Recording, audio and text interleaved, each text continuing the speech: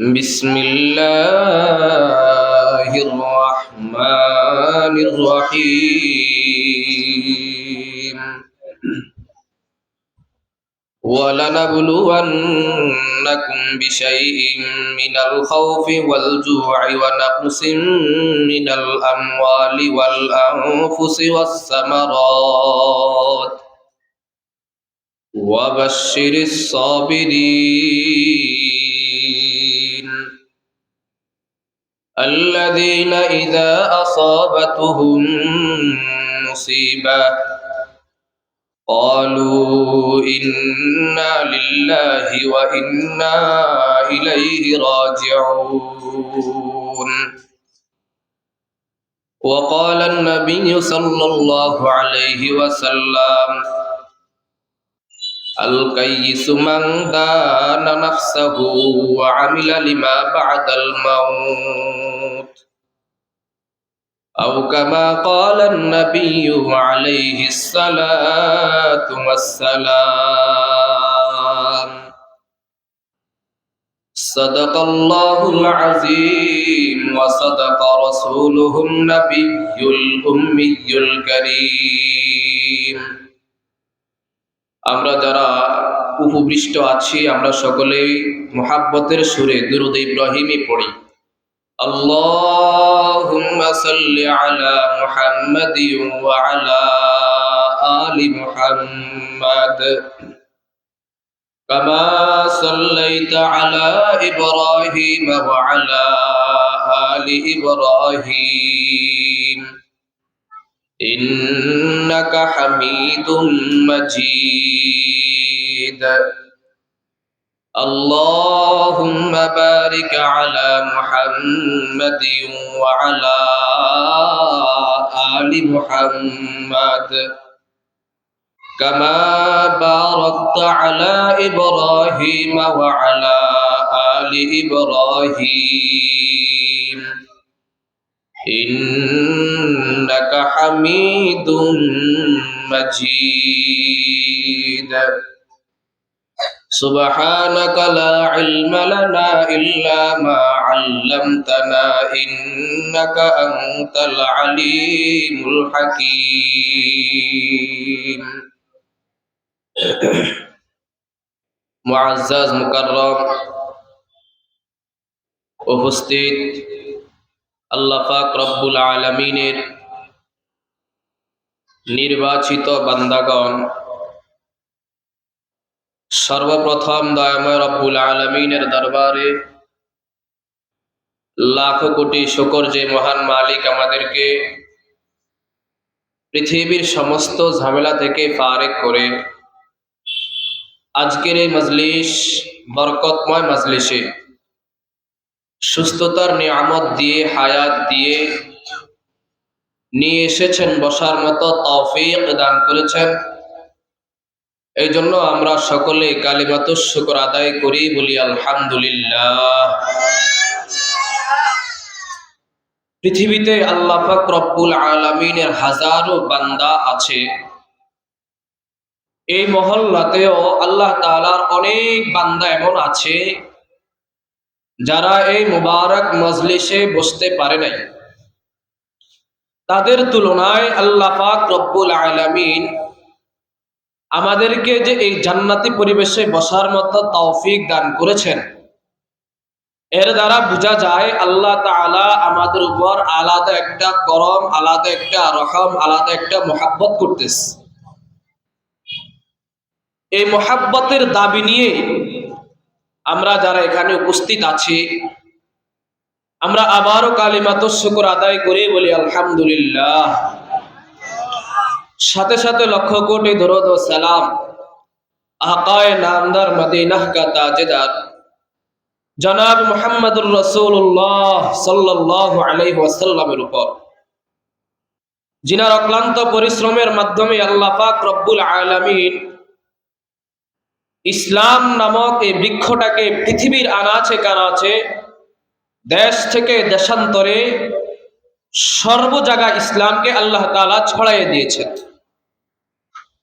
जिनार सोहबत থেকে ওই জামানায় যারা সবচেয়ে নিকৃষ্ট মানুষ ছিল ওই নিকৃষ্ট মানুষগুলো নবীজি সাল্লাল্লাহু আলাইহি ওয়াসাল্লামের সোহবতে থাকার কারণে পৃথিবীর সর্বশ্রেষ্ঠ মানুষে তারা রূপান্তরিত হয়েছে। এই জন্য ওই নবীর মুহাব্বত অন্তরে থাকা প্রতিটি মুসলমানের জন্য জরুরি। قال النبي صلى الله عليه وسلم لا يؤمن أحدكم حتى أكون أحب إليه من والده وولده والناس أجمعين। নবীজি সাল্লাল্লাহু আলাইহি ওয়া আলিহি ওয়াসাল্লাম বলেন, তোমাদের কেউ ততক্ষণ পর্যন্ত পরিপূর্ণ মুমিন হতে পারবে না, মুমিন হওয়ার সুযোগ নাই পরিপূর্ণ মুমিন কতক্ষণ পর্যন্ত? নবীজি সাল্লাল্লাহু আলাইহি ওয়াসাল্লাম বলেন, যতক্ষণ না পর্যন্ত তুমি ব্যক্তির কাছে আমি মুহাম্মদ সাল্লাল্লাহু আলাইহি ওয়াসাল্লামের মুহাব্বত, তোমার পরিবার, তোমার ছেলে সন্তান, তোমার স্ত্রী, তোমার মাল, তোমার সম্পদ সব কিছুর চাইতে যদি আমার মুহাব্বত তোমার অন্তরে বেশি না হয়, ততক্ষণ পর্যন্ত তুমি পরিপূর্ণ মুমিন হতে পারো নাই।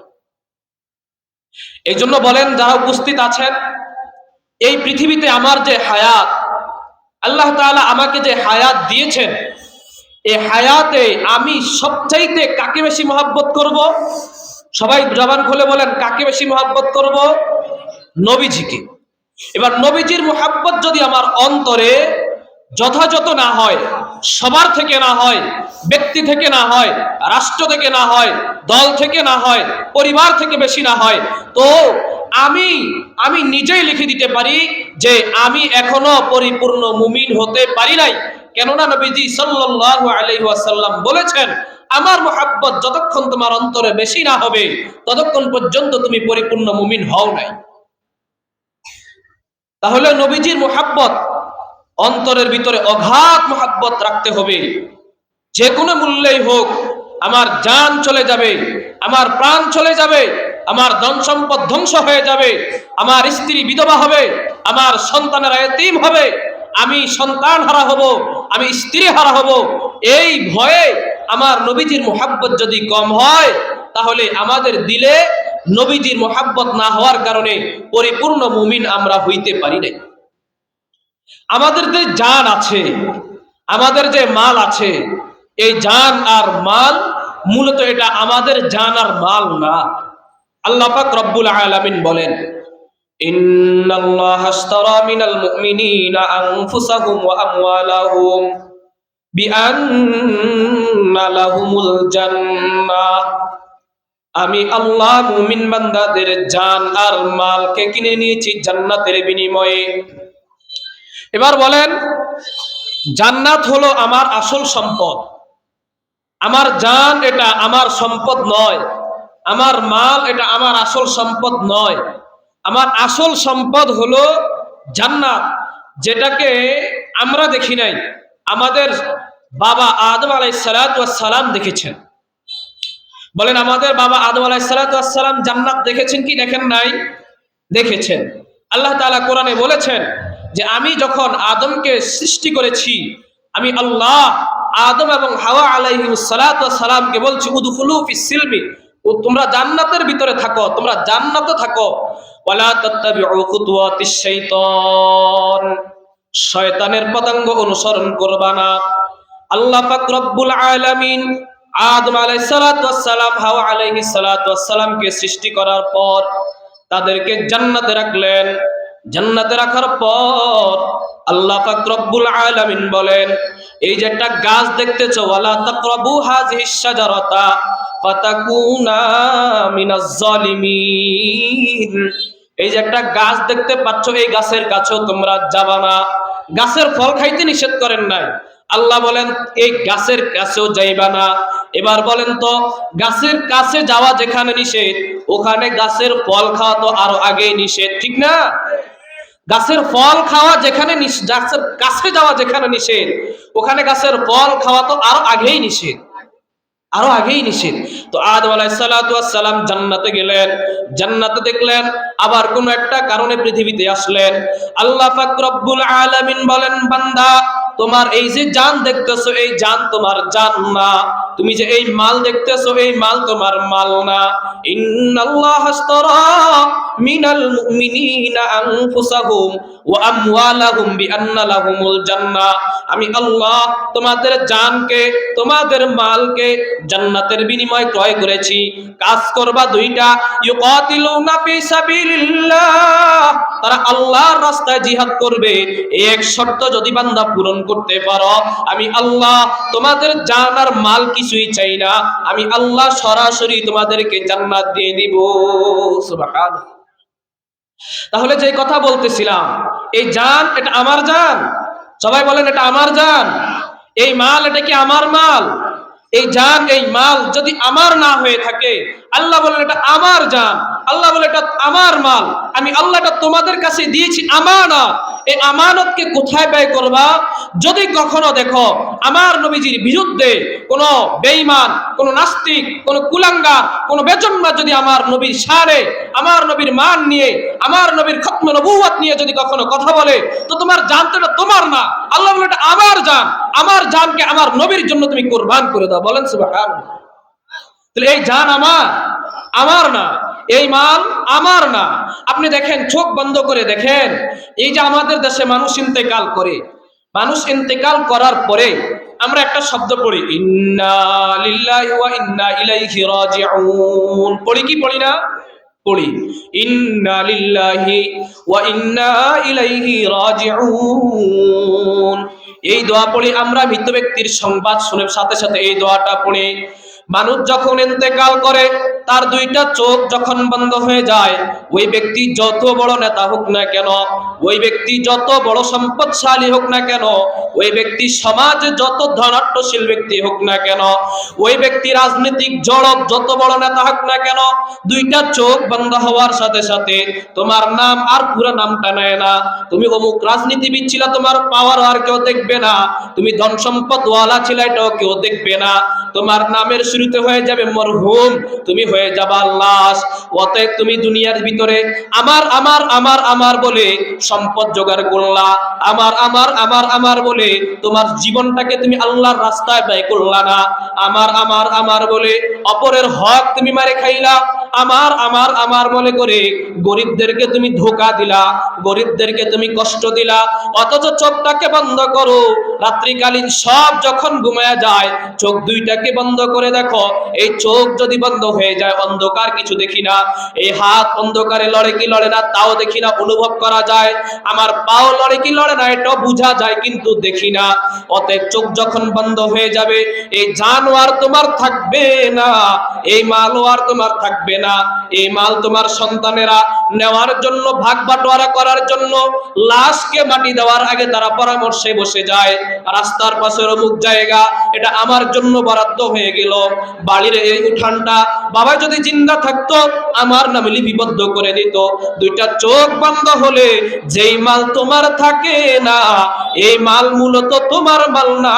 আল্লাহ বলেন আমি আল্লাহ তোমার জান আর মাল ক্রয় করে নিয়েছি। কেন কিনেছি? কেন নিয়েছি? জান্নাতের বিনিময়ে নিয়েছি। সুবহানাল্লাহ। তাহলে এই জান তো কিনা আমার না, এই মাল আমার না। কথা বুঝে আসছে তো? যদি জান আর মাল আমার না হয়, দুই ভাবে বুঝলাম। এক হলো আল্লাহ বলছে এটা তোমার জান না, তোমার মাল না, আমি আল্লাহ ক্রয় করেছি। দ্বিতীয় নাম্বার পদ্ধতি বুঝলাম এইভাবে যে আমার চোখ বন্ধ হয়ে গেলে এই সম্পদ আর আমার থাকে না, এই দেহ আর আমার থাকে না, এই অট্টালিকাটা আমার থাকে না, ওটা অন্যের হয়ে যায়। অতএব বোঝা গেল এই জান এই মাল এগুলা আমার না। তাহলে আমার জান মাল আল্লাহর জন্য নিয়েছে, আল্লাহ নিয়েছেন জান্নাতের বিনিময়ে। এবার আমাদের মাল কি কি এটা একটু জানি। মানুষের সম্পদ তিনটা হয়। মানুষের সম্পদ কয়টা? তিনটা। বলেন, সবাই বলেন কয়টা হয়? তিনটা। এক, যা সে নিজে ভক্ষণ করেছে, আপনি যা খেয়েছেন এটাই আপনার সম্পদ। আপনি খান নাই, 100 কোটি টাকা রাইখা গেলেও চোখ বন্ধ হওয়ার পরে এই মাল আপনার। এই মাল কেউ বলবে এটা অমুকের মাল? বলবে না। আপনি খান নাই, জায়গা সম্পত্তি কিনে নিয়েছেন, বিশাল জায়গা, কেউ বলবেন এটা অমুকের জায়গা, মিরাজ সূত্রে আপনার ছেলে পেয়ে গেছে। তাহলে আপনার সম্পদ কি? এক, যেটা আপনি খেয়েছেন এটাই আপনার সম্পদ। অতএব এখানে ছোট্ট একটা কথা, আজকে থেকে আমাদের উপার্জন যতটুকু আছে অতটুকু উপার্জনে ভালো খাওয়ার চেষ্টা করবো ইনশাআল্লাহ। কারণ রেখে গেলে কোনো ফায়দা নাই। কোনো ফায়দা আছে? কোনো উপকার আছে? কোনো উপকার নাই। বরং সম্পদ যত বেশি থাকে সন্তানদের ভিতরে কলহ তত বেশি সৃষ্টি হয়। এই জন্য 1 নম্বর সম্পদ, আমি যা খেয়েছি এটাই আমার সম্পদ। 2, আমি যা পড়েছি এটাই আমার সম্পদ। আমাদের দেশে আল্লাহর অনেক বান্দা আছে, অনেক টাকা, একেবারেই গুড্ডুলি লেবাসে চলে। তাদের চলাফেরা মনে হয় যেন তাদের অবস্থা, সাংসারিক অবস্থা একেবারেই নাজুক অবস্থা। এই জন্য 2 নম্বর সম্পদ হলো যেটা আমি নিজে পরিধান করেছি, এটা আমার সম্পদ। 3 নম্বর সম্পদ যেটা আমি আল্লাহর রাস্তায় ব্যয় করেছি। আল্লাহর রাস্তায় কি করেছি? ব্যয় করেছি। এখন এই ব্যয়ের কথা আসলে আমাদের অনেকের দিলের ভিতরে কার্পণ্যতার সৃষ্টি হয় যে আমার ইনকাম দৈনিক 400 টাকা, আমি 100 টাকা আল্লাহর রাস্তায় দিয়ে দিব, হতে পারে না। আমি 10 টাকা দিয়ে দিব, মনের ভিতরে একটা ঘাবলা সৃষ্টি হয়। আল্লাহ পাক রব্বুল আলামিন বলছেন তোমাদের ওই সম্পদ, ওই দান আল্লাহ গ্রহণ করবে না যেটা তোমরা পছন্দ করো, ওইটা যদি আল্লাহর রাস্তায় তোমরা খরচ না করো। তাহলে 3টা সম্পদ আমাদের, 1 যা খেয়েছি, 2 যা পড়েছি, 3 যেটা কি করেছি? আল্লাহর রাস্তায় দান করেছি। এখান থেকেও বুঝলাম এই 3 সম্পদের বাহিরে যা রেখে যাব এটা আমার সম্পদ, এটা আমার সম্পদ না। অতএব আল্লাহ বলেন আমি আল্লাহ তোমাদের জান আর মাল ক্রয় করেছি জান্নাতের বিনিময়ে, তোমরা জান্নাতের দিকে ছুটো, জান্নাতের কাজের দিকে ছুটো। যেই দিকে গেলে জান্নাত পাইবা ওই দিকে ছুটো, যেই দিকে গেলে জান্নাত পাবা না ওই দিকে তোমরা যাইও না। দেখেন, একটু আগে বলেছিলাম আল্লাহ পাক রব্বুল আলামিন বলেছেন আদম আলাইহিস সালাতু ওয়াস সালাম এবং তিনার স্ত্রীকে ওয়ালা তাকরাবা হাযিস শাজারাতা, এই গাছের নিকটবর্তীও হবা না।